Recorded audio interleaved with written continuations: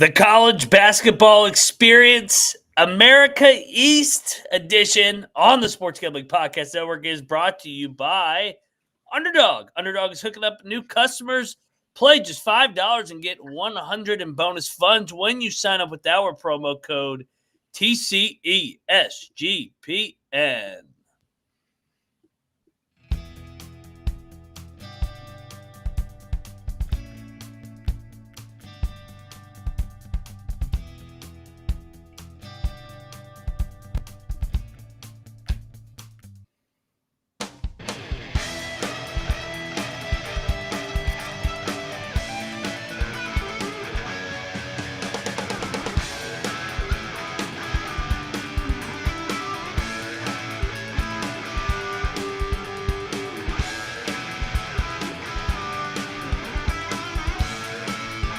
And welcome everybody into the College Basketball Experience America East, baby. Oh, we're heading up to the Northeast. This is preview number 7. We were just talking pre-episode. You got 7 and 8 coming tonight. You got a triple header over here at the College Experience. We got you covered all night here. 2 basketball, 1 football. Let's fire away, baby. If you're wondering who you're listening to, I am Moneyline Mac, a.k.a. the former video coordinator for Bob Huggins and Frank Martin. It's Mac tonight. Come on, make it Mac tonight. Also known as Mac tonight, baby. And joining me to talk America East Hoops, you guys know him from the great state of Michigan. He is the LeBaron driving, cocktail napkin having. He is Noah Bienick, a.k.a. Noah B77. What's up, man? How's it going, Mac? Capper, welcome into this show as well. America East should be pretty good. Also was pretty light work from my part, like going back and trying to find trends. The trend is just Vermont. And when Vermont gets hurt, then it's UMass Lowell or Bryant. So there's your trend of success in this league over the past 5-ish years. All right, episode's over. See you, everybody. We'll see you tomorrow night. That was easy. Next show. Joining us, third man in the booth. You guys know him from the Locks and Dogs over there. He is from the Windy City. He is Cannabis Capper, a.k.a. CC. What's up, man? Mac, it's great to be here. Great to be talking America East. I know it's typically an easy conference to cap, but that doesn't mean we can't break it down for every team. So let's do that, yeah? Let's do it. And then after this, we got Maction, and I'm giddy to talk about the MAC, especially with the UMass Minutemen joining that league. I already love the MAC, and then you had UMass and Frank Martin in there. So I'm fired up for this doubleheader here tonight. But Noah, you kind of teased it. Vermont did not win the America East finally. The Bryant Bulldogs got it done. Phil Martelli Jr. just down the road from me now here in Richmond. But obviously we finally ate shit on this league after dominating for about a decade. I mean, it just pick Vermont. If they get hurt, then just have fun fading them every game of the season. That's how it happens. And both you and I on the America East preview last year, both of us had Vermont winning the regular season and tournament. That hit us right in the face. Also, Mac, of the 3 teams, we just limited it to Vermont, Bryant, and UMass Lowell. We said of the 3 teams, which one has the lowest floor? Honestly, Vermont and UMass Lowell could have been worthy busts because they did not have a great year. Mm-hmm. You chose Bryant, so that was tough. Bryant was fire last year, man. I went with Vermont. Ironically, I didn't have a huge reason why I picked them to win the tournament and the regular season, but I was like, if they don't do it, that means it was a bust. So I think I was right there, but UMass Lowell was the big bust last year. I may be misremembering this. I thought you guys gave out like a Vermont Gonzaga. Yeah, none of them did. They should have. I think that was 2 years ago. Was it? It was. I wasn't on the America East preview 2 years ago.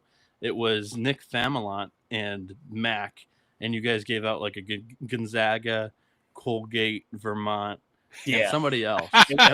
Troy was in on it, and Gonzaga blew it because St. Mary's. Gonzaga did blow it. Yeah. So the chalk has not been hitting for these. The system plays have not been system plays, especially last year. Vermont and Colgate, like Gonzaga was still pretty dang good in the WCC 2 years ago.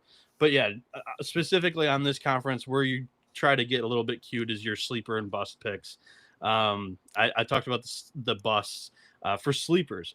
I had UMBC. That did not work out well. They went 5-11 in conference. However, Mac had Maine, and that was a really controversial one for me because I was like, they went 500 last year. They finished 4th, and he's like, yeah, but I haven't finished 3rd this year, and they're going to be above 500. So I gave it to Mac, and Maine finished 3rd, and they went 10-6. So I think he got his sleeper correct, but there was a little bit of controversy on the episode last year. But yeah, that's enough recap of what happened last year. Bryant wins the regular season, wins the conference tournament, represents the conference in the NCAA tournament last year as a 15 seed, and they competed against Michigan State. They had that thing within like 3 points in the first half, and then Sparty just pulled away. Yep. And if I remember correctly, Maine beat Vermont in the conference tournament semifinals. I think it was Bryant Maine in the finals. That's right. And yeah. Okay. And Phil Martelli Jr. Is no longer at Bryant. He gained the VCU job. So housekeeping, I think we got all of that covered for the America East. I think we do. All right. Well, let's we'll talk America East team by team. All 9. There's 9 teams in this league. I always forget that there's an odd number. But first, the merch store sale ends today. The end of September 30th, 25% off. Promo code football. You can get one of these sweet mugs or college experience camo hat or whatever you want to get. Get on over there, 25% off till about midnight tonight. So get on over there to the SGPN merch store. All righty, let's get over and queue up our slides for the America East, because first up we got the Albany Great Danes. Dwayne Killings over here, 51-76 in his time there. Last year was his best year. They took a little bit of a jump forward. His first winning season in 4 years. They 13 wins and 8 wins and 13. Then finally able to jump up here into the top 4, going 8-8 in league play. So a little bit of a good year for the Great Danes last year, all things considered.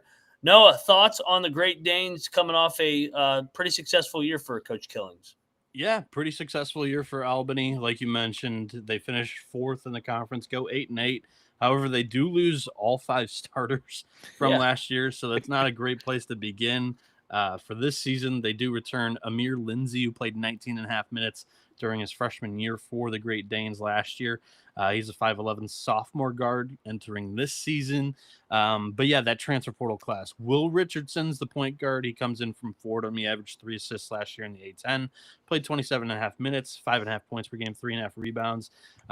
He took 4.5 threes per game, only hit it at 28% clip. But I think this is a really good get for Albany in the America East. You get a Fordham point guard from the A10 last year, played good in a good conference in college basketball. That's a solid get in the America East for sure to manage your offense. You got Naz Muhammad coming in from Northern Illinois. He played 25 minutes a game last year for the Huskies. He's a 6'1 junior, averaged 7.5 points per game last year, shot 4.5 threes a game last year, hit him at a 35% clip. Muhammad and Richardson, big 2 pieces of this offense. They're just going to be, chucking them from deep, and hopefully they're hitting, because these other pieces, I'm not quite sure what their roles are going to be yet. You got Ife West Ingram, a transfer from Rider, only played 12.5 minutes a game last year. Isaac Abide, a Cleveland State transfer who only played 11 minutes a game last year. He's a redshirt senior this year. Ochekwu Okeke, 6'10 redshirt senior forward from Florida International, who only played 11 minutes a game. Tariq Foster, who only played 9 minutes a game last year for Frank Martin at UMass, 6'8 junior forward there. Miles Rose is a St. Bonaventure transfer. He was a walk-on there. Yaya Kita is an Oklahoma transfer who hasn't played in either of his first 2 seasons in his college career. Jaden Kempson and Abdoulaye Fall are both JUCO transfers. Both of them can attack the glass. They do have a little bit of a scoring element to their game. Both of them juniors. Fall is a 6'10 forward that might get some run here for the Great Danes. But overall, I like the backcourt duo of Richardson, Muhammad. Everything else is kind of a wait and see here. I think it's a middle of the pack team because Killings had such a great year last year, and I think those two guards should be pretty good for the Great Danes this year. But I don't know how high the ceiling is. Okay. I like how the roster. First of all, I love their depth. Like you go up and down this roster, they've got multiple dudes at multiple positions. So I don't think injuries are going to be that big of a deal for them. I mean, if they had if they get beat up in their backcourt, that might hurt them a little bit. So this is a portal, a bit of a portal team. I would look to fade them a bit early in the year, but I think that once they get into conference play, this is gonna be like one of those teams that nobody wants to play. Just because you just look at the the resumes of the guys they brought in, they're all from like bigger programs in Albany. They're all guys who have played minutes, in rotations, and are now looking to take a next step, either if they're graduating or looking to build their careers. So I think the arrow is definitely pointed up. I do think they're middle of the pack, but I'm thinking upper middle, if I'm honest, because I like the coach. He's built this program, and he's continued, and he's added a bunch of really nice pieces. If they fit together, that's going to be the key. But for conference play, I think this team's going to be a little bit nasty. I will add too that this roster is probably the second biggest just in height. Yeah.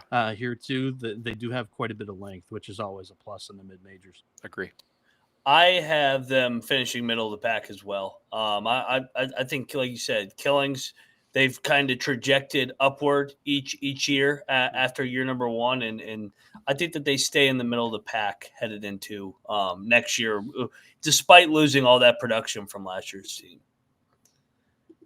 Number 2 on the dock, we got LeVell Sanders over there with Binghamton, also his 5th year now. They have been, all things considered, they've been pretty consistent. They every year, if you look at conference play, they're 8-8 or 7-9. Yeah. They finished tied for 4th twice. They finished 5th once. It kind of feels like the floor usually is pretty high with this team. Unfortunately, though, the ceiling seems to be low, and that's why they have been kind of a consistent middle of the pack team. Binghamton is not an easy job, so all things considered, I think Sanders has actually done a pretty good job. And I don't think his record really reflects the job he's done so far. Yeah, tough job, as evident with them losing 4 starters from last year. So it's kind of tough when you're always kind of having to kind of rebuild each and every year at a program like Binghamton, which I'm not sure how much money they've got going into the basketball program. They did get a big donation to the baseball program, but basketball side, I'm not quite sure where they're at. The one returning starter is Wes Peterson, a 6'6" senior forward who played 26 minutes a game last year, averaged 7, 3, and 1.5 assists, shot at 39% from 3, 51.5% from the field. He's a big piece. They also return Evan Ash, who played 21.5 minutes a game last year for the Bearcats. He's a 6'3" junior guard who did not shoot it very well last year. When he did get some time on the floor, he only averaged 5.5 points per game, 2.5 boards, 44.5% from the field, 24.5% from deep. So he'll have to improve from range there. A couple of transfers here that are expected to play big-time minutes for this program this season. You've got Demetrius Lilly, a 6'9" senior center who played 19.5 minutes last year for the LaSalle Explorers. He averaged 7.5 and 6. That's a good piece for the Bearcats. They also have Jeremiah Quigley, a guard from George Mason, who only played 8 minutes a game last year. He's 5'11" and a junior. And then Bryson Wilson, a Buffalo transfer who played 17 minutes a game last year. He's a 6'5" junior guard who averaged 7.5 and 4. Only shot 24% from deep on 2 attempts per game. And then you've got on the bench a couple of returners, Jackson Benini and Jaden Lamond, and then a couple of JUCO transfers that might play a little bit in Zaire Beverly from East LA Junior College, averaged 10.5 points per game, 5.5 boards, almost a block per game. And then Ryan Richardson, a 6'2" sophomore guard who averaged 11 points per game, 4 rebounds, 3 assists at Missouri State, West Plains. So Binghamton, honestly, I think they're a bottom half squad just by nature of losing 4 starters. But there is some runway for them to be a little bit better than my expectations, I think. Okay. I think you're a bit low on them, if I'm honest, because Demetrius Lilly coming in, I think is huge for them. He could be a conference player of the year. I mean, just in terms of what he brings on the boards and what he can do in the offensive end, it wouldn't shock me if he was in the running for conference player of the year. I like their backcourt a bit better than just a bit better. I think Quigley is played solid minutes for George Mason, and they returned Evan Ashe. Back from last year. I kind of like this team. Again, I think they're middle of the pack, but again, I feel like it's upper middle. Like I feel like their floor is low, but I feel like the ceiling is middle of the pack, and I think they're closer to the ceiling than the floor, if I'm honest. I think a lot of what we could say about Albany, you could say about Binghamton. Yeah. I mean, solid coach. And Sanders has proven, even with losing guys back-to-back years, that the bottom will not fall out. So, yeah, I'm not sure that they can crack a top 4 spot, but I do think that they are a middle-of-the-pack team here in the America East. So we all have the golf course shooting around par this year. Yeah. They'll be a par. Better than the U.S. this week. It depends how well Troy mows the greens this year, but yeah, they'll be around par. Let me know if they're fast or slow, Troy. Let's go over to the Bulldogs, the defending champs, Bryant. We mentioned it. Martelli's out. In comes Jamion Christian. Interesting hire. Obviously, Christian has been a head coach for quite a while. I mean, he was coaching in Italy the last couple of years, but before that, stops at Mount St. Mary's, made multiple NCAA tournaments, then a year at Siena, then 3 years at G-Dub. He was fired in 22, even though they finished 7th in the league that year. So, I'm interested to see, just because Christian hasn't coached in the NIL portal portion of his career. That's when he was overseas, but he's a former Shaka Smart assistant before he got his start, and he's had success at multiple stops. So they're going to take a step back just because they lost everybody from that team that we talked about was so damn good. Mm-hmm. But I think Christian, I like the hire, good energy. Hired a good staff, and I think Bryant will be chippy later in the year. Yeah, sure. Bryant only returns 2 players from last year's conference sweep in titles. Ja'Kai Robinson played 20.5 minutes last year. He's a 6'5" senior wing, averaged 6 in 3.5, but doesn't really have the deep ball in his game. And then you got Aaron Davis, who's a 6'7" junior forward who played 9 minutes a game, averaged 5 points per game. He does like to shoot it from deep. Didn't shoot it tremendously last year, just 24.5% on almost 3 attempts per game. Then you get to the transfer portal, and outside of, you got Jalen Young, which I do believe, I didn't look this up prior, but he's got to be related to Jameer Young, but he didn't play a ton. He's a 6'2", 6th-year guy, played just 10 minutes a game for the Terps last year. Outside of him, I'm not high on this portal because a lot of these guys don't come from winning programs, and then the rest of the newcomers are freshmen. So you've got Quincy Allen, who is a Chicago State transfer.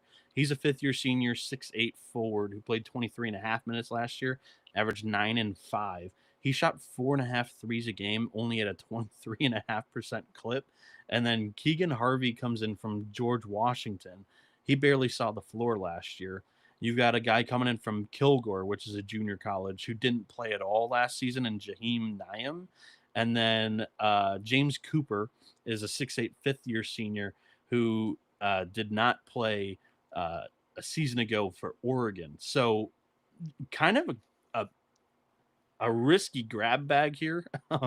You've got a couple of Power 5 guys that barely played, and then a couple of mid-major guys that are not coming from winning programs. So this is a team that I definitely see quite a big floor for, because we haven't seen Coach Christian in the America East, and I don't love the roster. So I'm going to be nice and have them in the middle of the pack, because I think there are some programs that are not that great in this conference. But overall, I'm not high on the Bulldogs this year. Okay, I think we're going to disagree a bit on Bryant because I kind of like the roster. The one name that sticks out to me the most is they got a graduate transfer from the University of Toronto named Leonard Weber. He's a 6'8" German forward who averaged double last season in Canada. He's intriguing to me. Also, they got a player from France uh, as a 20. He's coming to in as a 21-year-old freshman, and Ethan Bourgard. Uh, I kind of want to see what he brings to the table. They've been talking him up, a fair bit, this summer. They also have a big Russian coming in as a freshman. Also, I kind of like the international field they're bringing in, and also they got a Chicago State transfer in Quincy Allen that I kind of like. I don't think they're going to be a contender for the conference, but I do kind of I think they've got some athleticism, and I'm interested to see what the new coach can do. So I kind of like this is going to be one of those teams where I'm it's gonna be like a wait and see. I want to see what the roster looks like, how they kind of fit together. But they've got some really unique pieces, and it's going to be a fun watch. Now that being said, I'm probably not going to want to bet on them very often early.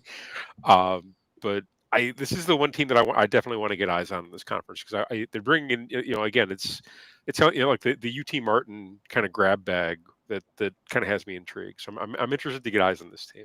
It definitely has a wild card team feel to it. Worth noting, Christian did finish in the top 5 every year in the NEC and the MAAC. So he didn't have success at GW in the A10, but the America East is on the level of those other two programs. So I don't think that they're going to beat Vermont again, but I do have them in my top 4 when we get to the end of the show. All right, let's hit an ad real quick, and then we will touch on the Maine Black Bears on the other side. But over here at the College Experience, we are brought to you by MyBookie.ag. MyBookie is your place to bet on football and everything else. Their prop builder is second to none. Their motto is bet on anything, anywhere, anytime, easy deposit, and lightning fast payouts using crypto. Head over to MyBookie.ag. Use our promo code TCESGPN for a 100% deposit back bonus up to $500 for new customers. That's MyBookie.ag. Promo code TCESGPN. We're also brought to you by Novig. Novig is America's #1 sports prediction market. Novig has an exchange, where you're getting the tips for the best prices. Available in 35-plus states. Download that Novig app and get $50 when you spend $5 using our promo code SGPN. Get in on the action. Novig, promo code SGPN.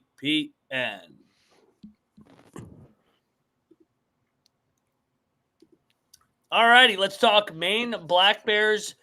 Chris Markwood, year number 4 at Maine, a nice jump last year. He played at Maine in the mid-2000s, so he's one of their own.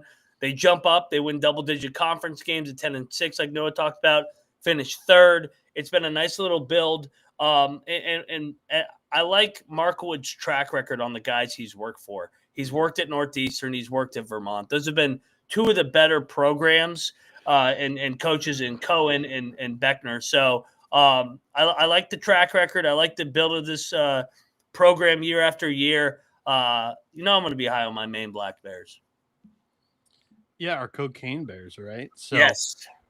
They've got the, Rawr. according to Torvik, they've got the second most experienced roster, but they do lose 4 starters from last year. They returned 3 guys that played double-digit minutes a season ago. 2 seniors, 2 of them being seniors in the front court. Killian Gribben, who played 18 minutes a season ago, shot at 69.5% from the floor. And then Keelan Steele, a 6'10 senior who averaged 14.5 minutes per game last year and shot 54% from the floor. The other returner being Logan Carey, a 6'3 junior guard who played 10.5 minutes a season ago. And from the portal, they're getting a couple of guys that didn't play a whole lot at their previous destination in the mid-major ranks. I'm not necessarily a huge fan of this portal either. You got Ryan Mabry, a 6'5 senior guard from Quinnipiac, who played 14.5 minutes a game last year, shot 33% from 3 on 3 threes per game. Oh my God, that's a lot of threes. Just in the sentence, not necessarily by volume of him shooting. You got TJ Beal, who has been around the block quite a bit. He's a 6'8 graduate senior coming in from SEMO. He played 14 minutes a game last year for Southeast Missouri State. You got Giannis Bamba, a Wichita State transfer who didn't play much at all last year for the Shockers. He's a 6'6" redshirt sophomore wing. And then you got Makai Gray, a UMass Lowell transfer in conference transfer. He's a 6'4" senior who only played 10 minutes a game last year. The big name on the team is Ace Flagg. He's a 6'7" freshman. Yes, the brother of Cooper Flagg. However, not quite as talented. He's like one of the like, I don't know, like from Cinderella, like one of the other sisters type deal, where he's got some of the tools that Cooper had. However, he's playing at Maine and committed to Maine for a reason. If he wanted to stay home and, you know, have that type of story, he'd be playing for like a Boston College or Syracuse. But Maine being their home state, they were able to get him to commit to play here. And he's more of a guy that has an outlook of playing for the Black Bears for 2 or 3 years type of deal. Overall, I think a lot lies on the front court here of the two Killian and Keelan, and then Ryan Mabry, the Quinnipiac guard, that's going to be expected to step into more of a distribution role this year for Maine. I like Chris Markwood a lot. They gave me probably my biggest money line call with them beating Boston College a couple of years ago. So I want to like them more than I maybe should. I have them in the top half, but again, not incredibly high on the roster. I got a co-sign on the roster. I think they've got interesting pieces. Again, it really, I think it comes down to coaching and how these guys fit together. Based on the coach's track record, I've got to put them in the upper half. But this is one of the tougher rosters to actually handicap. Just based on what they're bringing in. I mean, they've got a fair bit of size, which is nice, but I don't know where the offense is going to come from necessarily. I think they're expecting Ryan Mabry to really step in and provide a fair bit of shooting. Okay, this is like a pretty big mystery team just because there are so many. It's an awfully young roster, and it's not a whole lot of depth, and a bit of a concern here for me. I'll have them in my top half just because I respect the coach, but the floor is definitely very low. Yeah, I will add this too on Markwood. In 3 years at Maine, he's had 2 top 3 defenses, and that's kind of what has carried the deal and the program there. That's gonna have to carry the deal this year too. Mm-hmm. Yeah, he'll grind out games. Like you said, his track record, who he's worked for, and then what he's done in 3 years at Maine. Remember Maine when he took over? They were terrible. Yeah. I mean, this has been a really underrated rebuild job. I'm higher on the roster, I think, than you guys, but I also am probably just banking on Markwood getting the most out of this group. So yeah, they're definitely in my top half. I think they're going to be sneaky once again. So I can see it. Mac, when he took over too, like this was a roster that had quite a few Euros, and those were kind of their better offensive players, and those guys have transferred out. So it'll be interesting to see what the Cocaine Black Bears can help us out. Yeah, he's changed the whole identity. Like you said, they used to be kind of a finesse team. Now they just grind games out, and that's what wins in this league. Unless you're playing Vermont, but I mean, when Vermont was banged up and they were a little bit on the level playing field last year, we saw them beat Vermont's ass in that semifinal by 20. So and you know how you can tell that Ace Flagg isn't going to be all that special because he's described as tough, hard nosed with a high IQ. Yeah. When you're I'm sorry, but if you're a white basketball player with those 3 things next to your name, that means you're not much of an athlete. Lacks a little bit of offensive talent. Yes, might grow into his game. Can't jump. There we go. Next up on the dock. So this is an interesting one. New Hampshire, year 3 of Nathan Davis. As you can see, last year the bottom fell out, going 8-24, 16-15 in year 1. I mean, he had been good at Bucknell the first half of his tenure. I know he did take over for Paulson, who had the program rolling for quite a while. Then we see Griffin come back, and he's been able to get the program going. Davis was really good at Randolph-Macon, one of the better D3 jobs, in the state of Virginia. Got to multiple second weekends at that level. So his overall record is good, 294, 193, but they have definitely taken steps back here over the last 4 or 5 years of his career. His last winning season outside of 2 years ago, it was 2018. 2019. So a little bit of a decline in his career from where he was at the front end of his career. I'm interested. Do you think is this a bounce back candidate, or are they going to continue to trend in the wrong direction? Yeah, Mac, you kind of said it without saying it, but that 2023 season was that good, or that was the good year. That was 3 years ago. They go 15-15 overall, 9-7 in conference. And then 2024, they were all right too. They finished 7-9, also a game above 500 overall. But they had Clarence Daniels, who I think ended up winning Conference Player of the Year. Yes. And then last year in 2025, they were just 6-10 and 8-24 overall. Pretty steep drop, and they kind of lacked a little bit on the offensive side, a little bit of punch. And this year they're going to be one of the younger rosters. They did hit the portal, but they didn't bring in a ton of seniors. But there are some guys in this portal class that come in from some solid programs. I will say that. You've got Bilal Al-Shekri from Wofford. He's a 6'8 junior.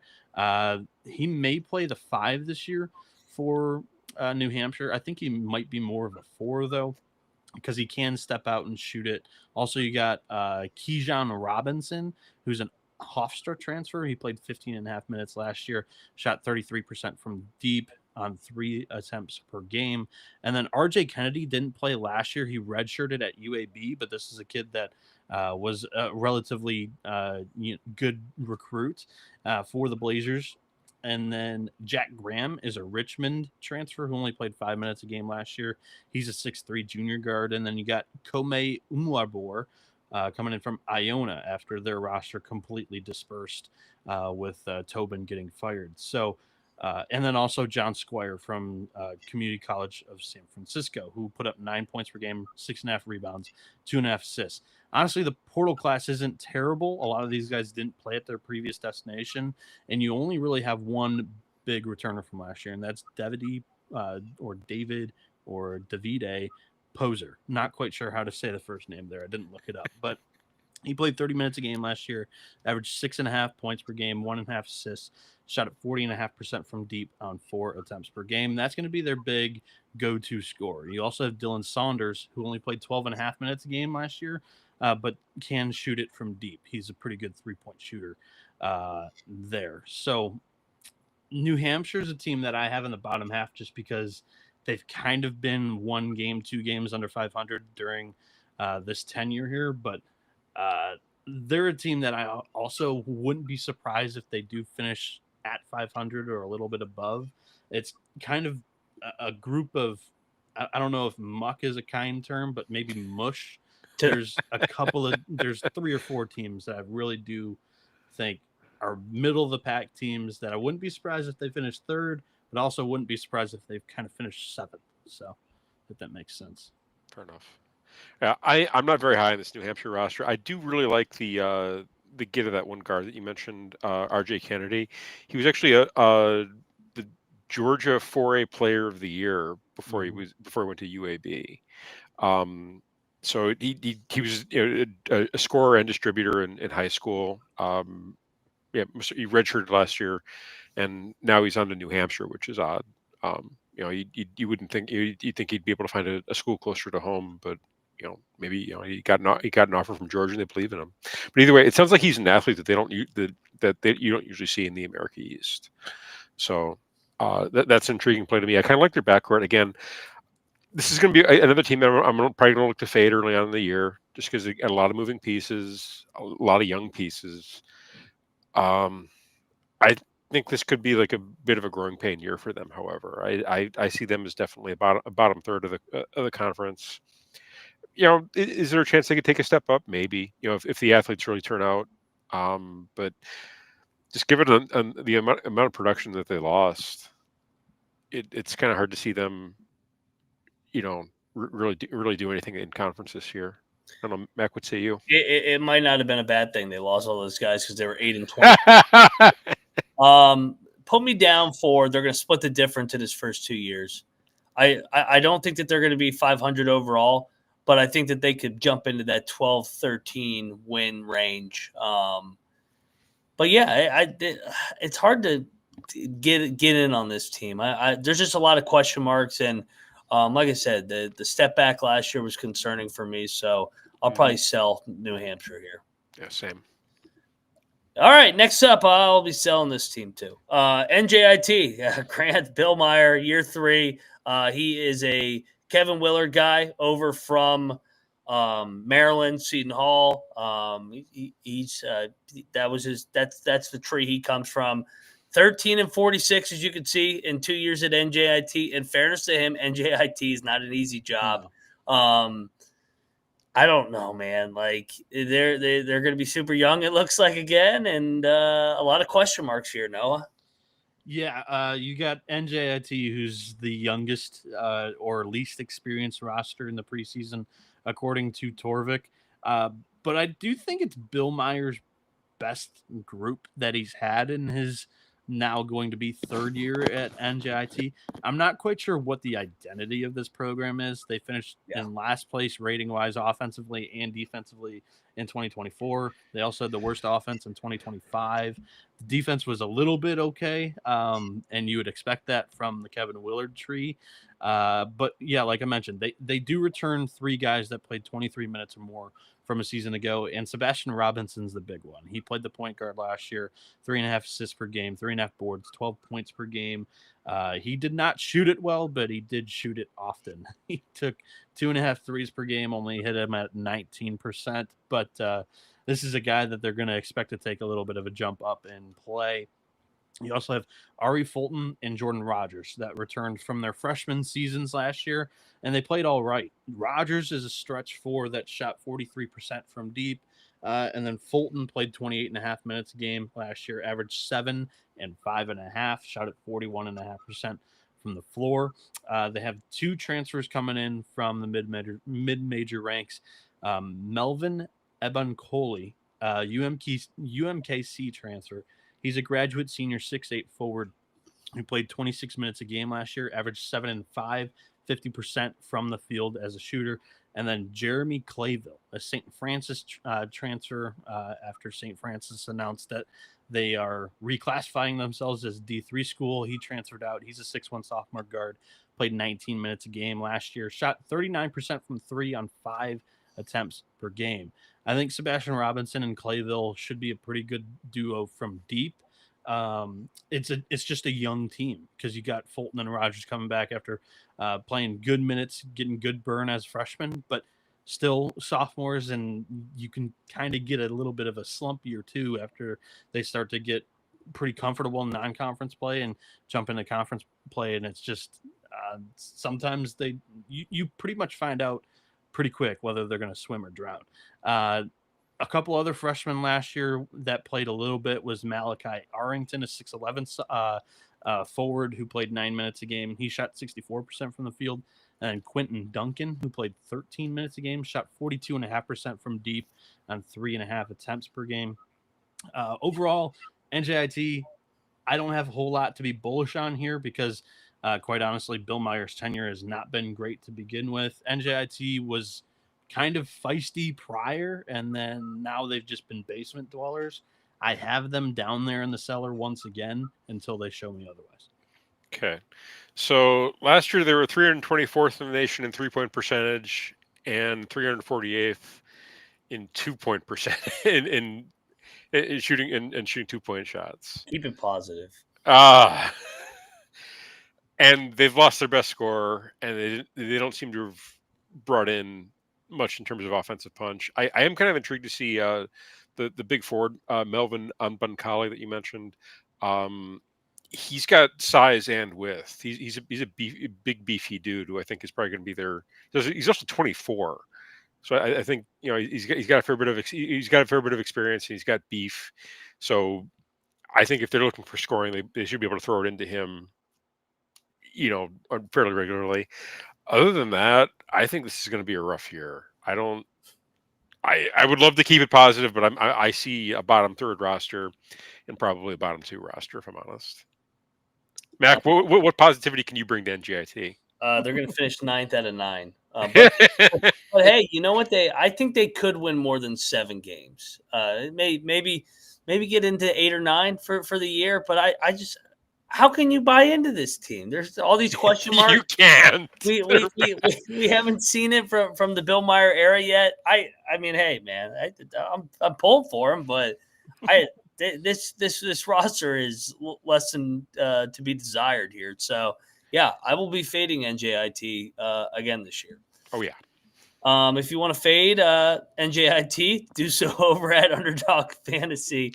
Underdog also has a great place to play fantasy pick'em, where you can win up to 500 times your entry. Simply pick higher or lower on your favorite players' stats, available for a ton of sports out there. Underdog's got a brand new offer. New customers play $5 and get $100 in bonus funds when you use the sign-up code TCESGPN. We're also brought to you by Rhythm. Rhythm's off to a great start in college football and the NFL. Introduce a leaderboard with weekly cash prizes just for tracking your bets in the app. Track 5 bets at the same place in your model and build so you can win up to $1,000. Use our promo code SGPN25 when you download the Rhythm for a 25% off your first month. Download Rhythm and use promo code SGPN25. I thought we agreed to get rid of Arch Manning and the graphic. I wish we could. We need to get rid of him. All right. UMass Lowell. Veteran coach Pat Duquette over here. He has been at the helm since 2013. He has built this program up. Last year was at one of their more disappointing years. It was the first time they finished with a losing record in conference play since 2022. They had a nice little run there where they won, 48 games in a 2-year span. They still finished 17-15, even with the step back. But they had kind of solidified themselves as the second best team behind Vermont before last year. They jumped back to 6. Noah, do we get a boomerang, or do we think that they stay kind of in the middle of the pack here?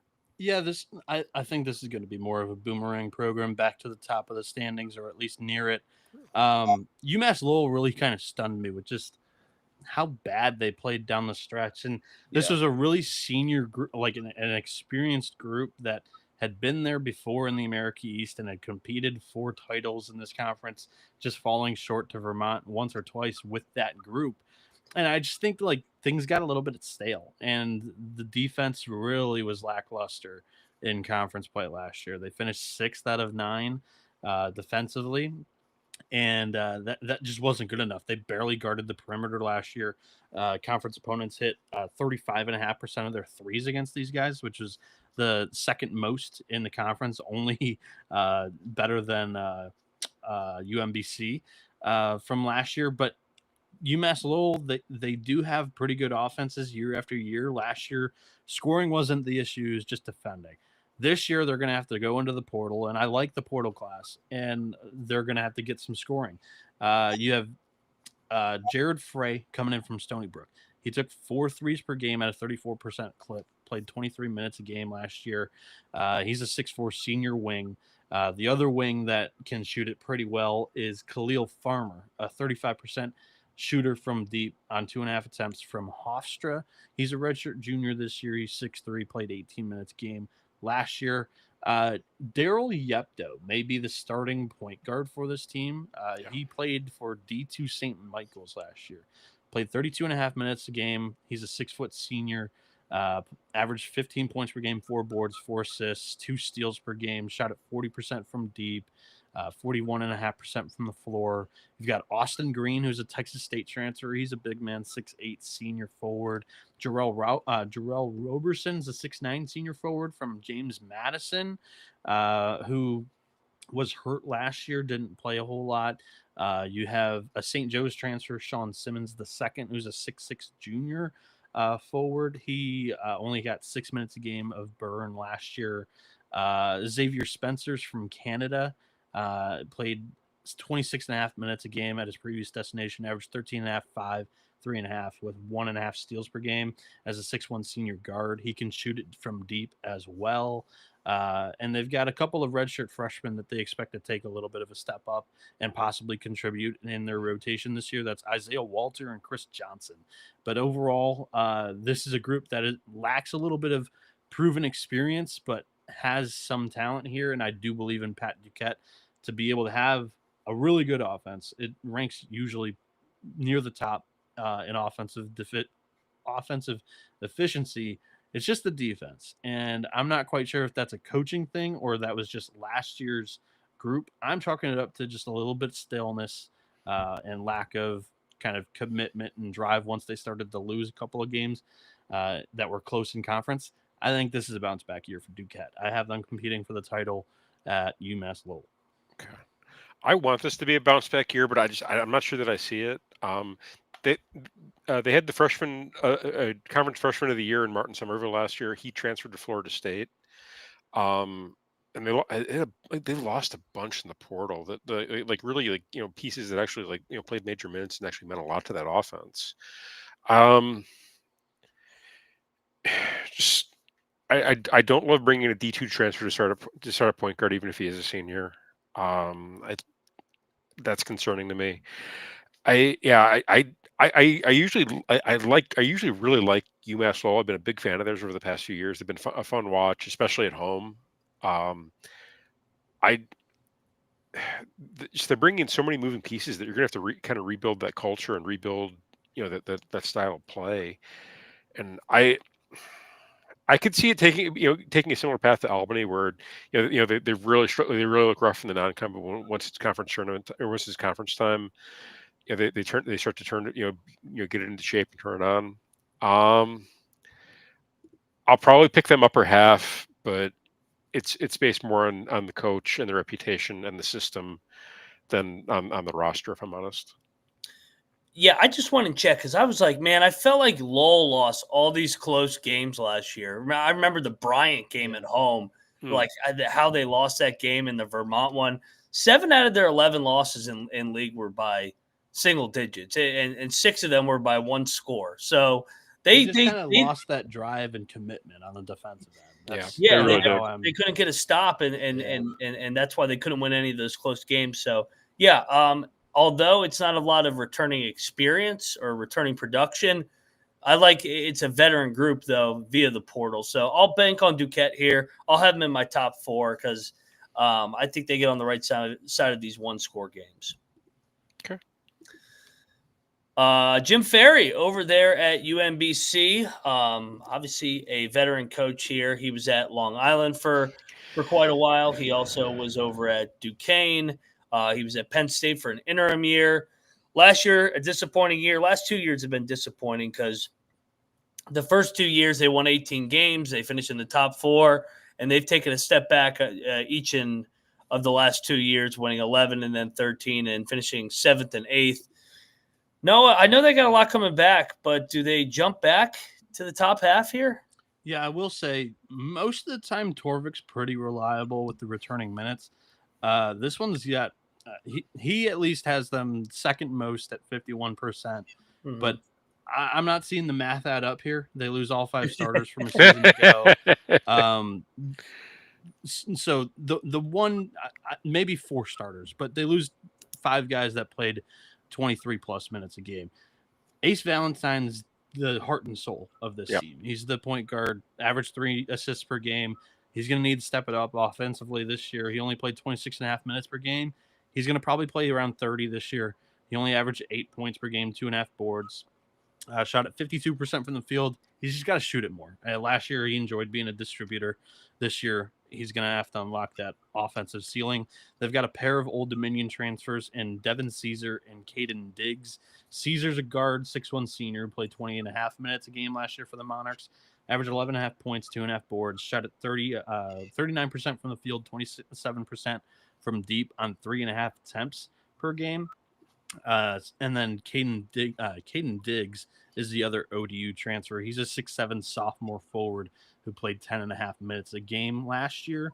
So Ace Valentine played 26.5 minutes. The other three returners, 8 minutes a game from Dalen Dickerson.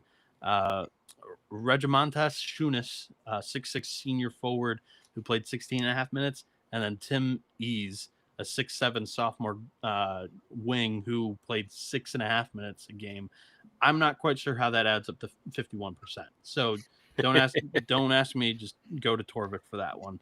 But it's Ace Valentine and the Funky Bunch. I'm not quite sure what this group will be able to bring for the Retrievers this upcoming year, but I do believe that Ferry's one of the better coaches in this league. So I don't believe that they're going to necessarily finish in the basement, but there's not a lot of depth in this roster. There's not a lot of returning production. I'm not high on the group. Okay. Did you mention Jalakai King, a transfer from New Haven? No, I did not, but go ahead. Average 15, 4, and 3 last year at New Haven. And I think he's expected to be one of the starters. All right. So either way, I love Ace Valentine. Apparently, he's gotten bigger this offseason. He's listed 6'3", 190, and Ferry's claiming he really developed his body.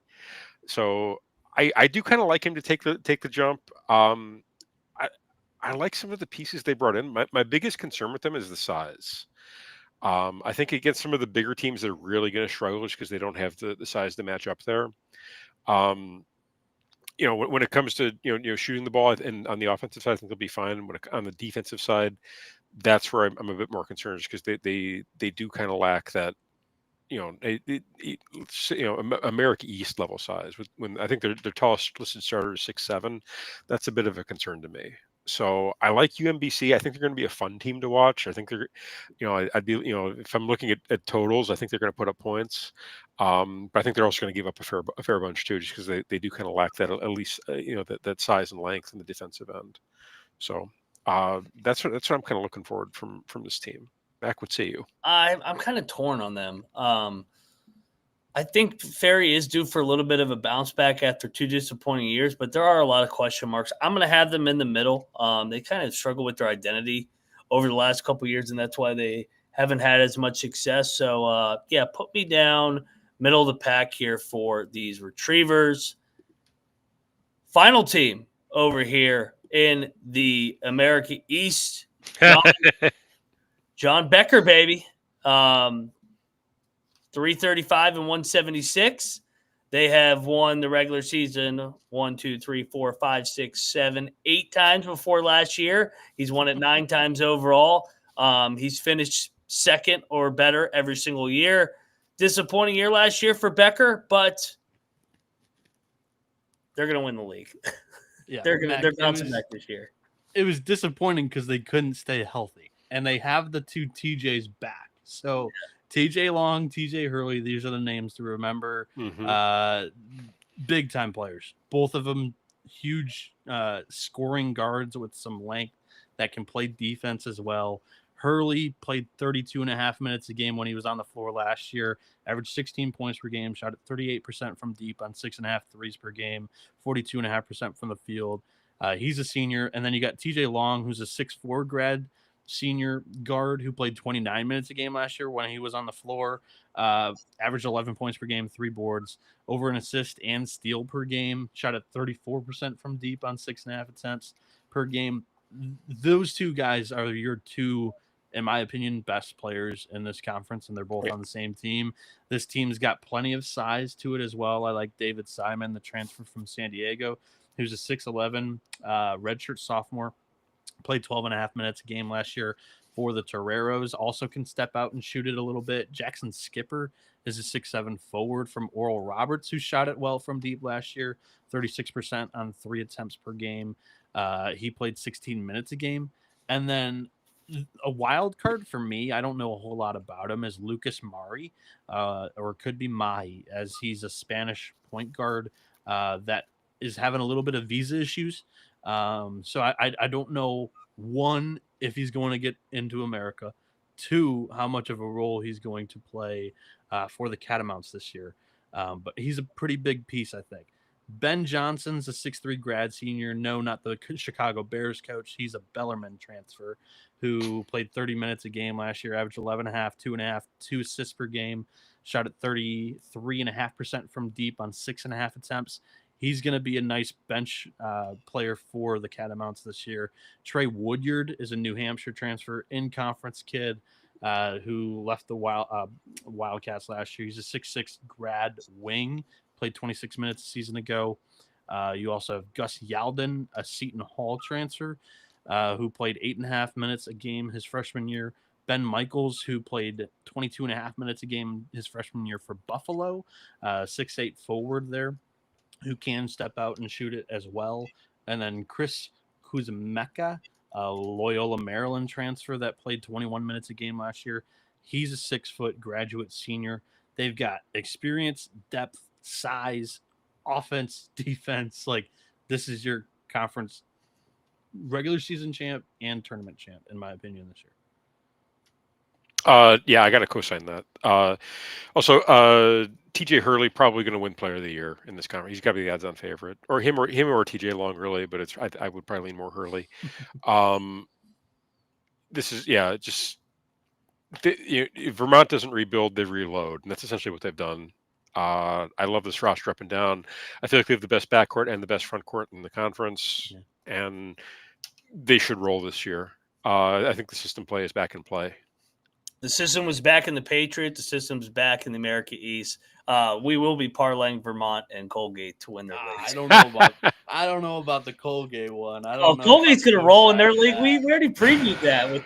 They had nobody coming back, and they still finished in the top 3. And Vermont lost everybody on their team last year with injuries and still finished second. So, yeah. I'm not putting Colgate back in the system yet, but Vermont's there. Crazy. Vermont's there. You're crazy. All right. Final part, everybody's favorite part, 1 through 9. Number 9, I'll lead it off. NJIT. Yeah, we might all have NJIT. Yeah, I think we all have NJIT is the. Okay. Do we all have New Hampshire at 8? I do. Yeah, I do too. So New Hampshire, I like their portal class, but I don't know. They've kind of hovered right around 500. They'll probably finish better than 8th, but no better than 6th. Yeah, I think that's well said. 7. I got Binghamton here at 7. A lot of question marks, but we do like Sellers. Binghamton 7. I'm gonna go 7. UMass Lowell. Ooh. Down your. I think it's a down. Ooh, it's down. Low. It is, but Yeah. I'm not a big fan of. I'm not a big fan of the roster. I'm just a lot of question marks. Mystery team. I've got them at 7. I kept looking at it, and I'm just like, I'm just not seeing it. They are a big portal class, but yeah, I'll talk about Lowell in a second. They came in 6th last year. Yeah. Yeah, that was a crazy year, though. Yeah. Again, I'll talk about maybe Lowell and rebut or rebuke you there. I have a feeling you might, but go ahead. I got a UMBC 7th. To me, it's Ace Valentine and just quite a few question marks there. So I like Jim Ferry, but I got to see it.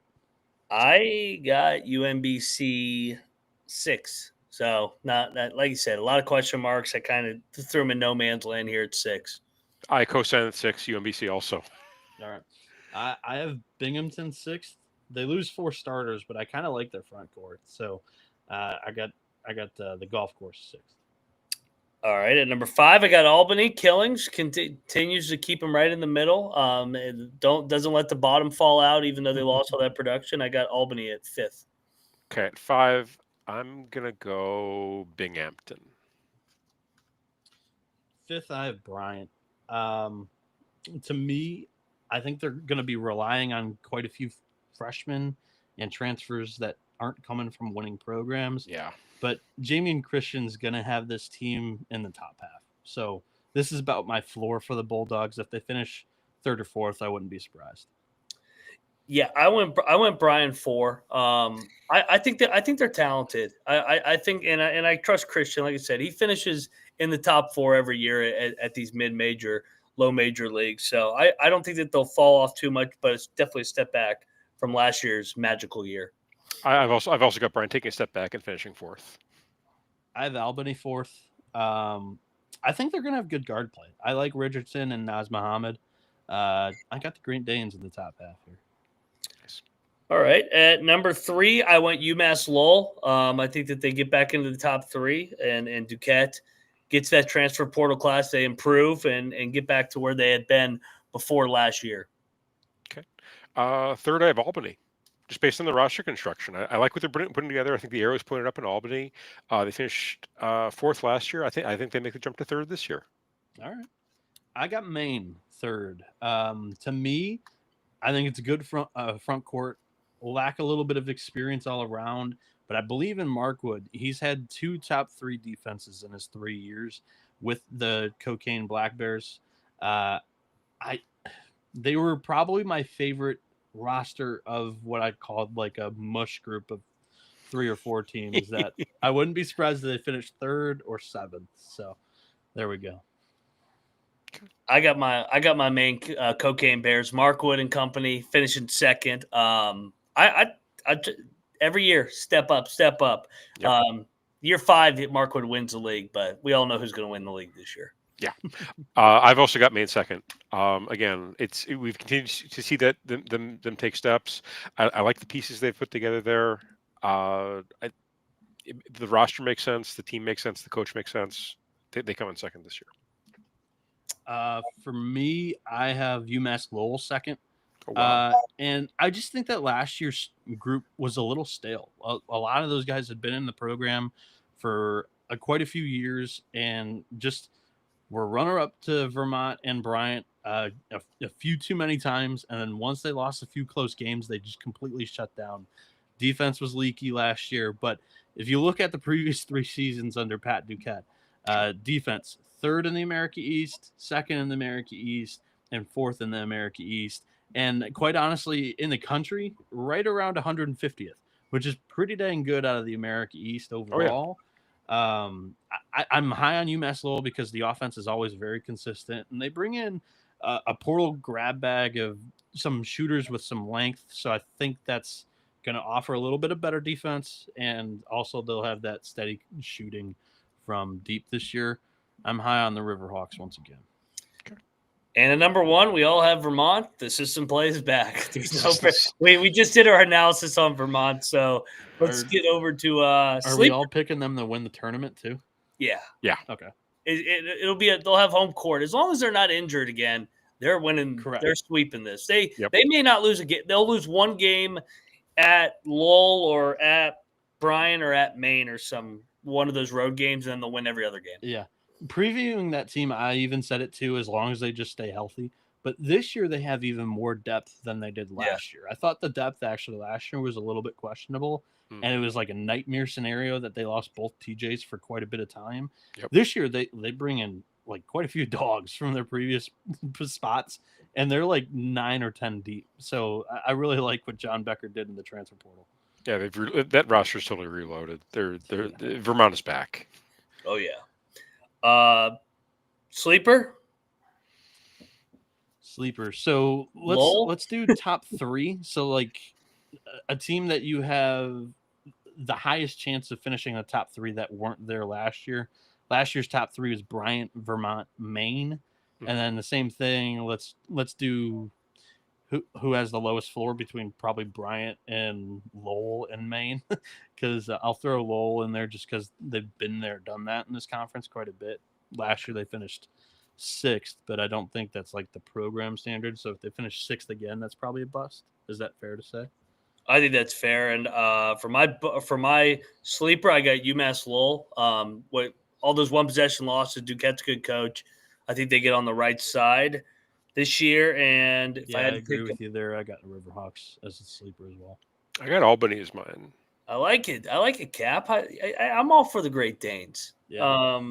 Bust out of those teams, it's got to be Bryant, which is the coaching change and just the variance of this team, I think. Yeah, I think they're the low-hanging fruit there. Yeah, I agree. Cosign. All right. Unless you want me to take you, unless you consider UMass Lowell a bust, but I think that's Go outside ahead. it falls outside your rules though, because they finished in sixth No, last year. Typically, but I would just say like that's one of your three the three programs in this league. I would give it to you if you want to take it. I'll take it then. Yeah, give me UMass Lowell as my bust. This is a pretty good bet. Both Mac and I have Lowell like second and third, and then Capper's got them at the floor again. So I like it. Bragging rights. We're bragging rights on these All right. Riverhawks next year, baby. Yeah. So where'd they finish? So last year, Lowell finished sixth. They finished 244th in KenPom though. In 2024, they finished 153rd. So let's split the difference there. Better than 200th in KenPom. Does that sound fair? Are we putting money on this, or are you just asking me? Let's just have a friendly way. Like we don't have to do. Okay, yeah, we could do a Capper just no a way. friendly Yeah, wager on the show, and we'll check in as we go along. I like UMass Lowell. I think they're been one of my favorite America East programs to watch, but I would bet under 200. Try lower than 200. Yeah, I think they do better than 200. Mac, they're going to be improved. I'm taking higher. I'm in on the Riverhawks this year, man. I think Duquette's a good coach, and last year was a fluke. So, what's their schedule look like early? We used to do this a lot. We got 13 MAC teams to preview. Yeah, I know. They got Iowa. They're going to get drilled there, and UConn. All right, go ahead. Yeah, hey, we can talk off air about our Riverhawks. Yes, go check out the college baseball experience. Go check out the Locks and Dogs podcast. Oh, thank at you. Cannabis Capper for Mr. Cap over there at Noah B77 _ for Bienick. I'm at Moneyline _ Mac. Triple header here. You got two more coming. Maction up next. Up next. November 29th, UMass Lowell at the Long Island Sharks. Yeah. Lock up UMass Lowell right now. Let's go. Long Island, lay the points at the Steinberg Wellness Center. I am so sick of this LIU voodoo already. The season hasn't even started. Nobody walks into Long Island, comes out with a dub. We'll see everybody in about 5 minutes over here on Maction. It is a Tuesday, so it's fitting we're doing the Mac. This is a college basketball experience. You better start thinking about yours. And we are out of here. Mac, Torvik's also got Lowell as a 14.5 dog against UMass. They're very low on Lowell, on Torvik. They always have been. December 6th. I'll lay it. Need my Minutemen. Can't wait to talk about it.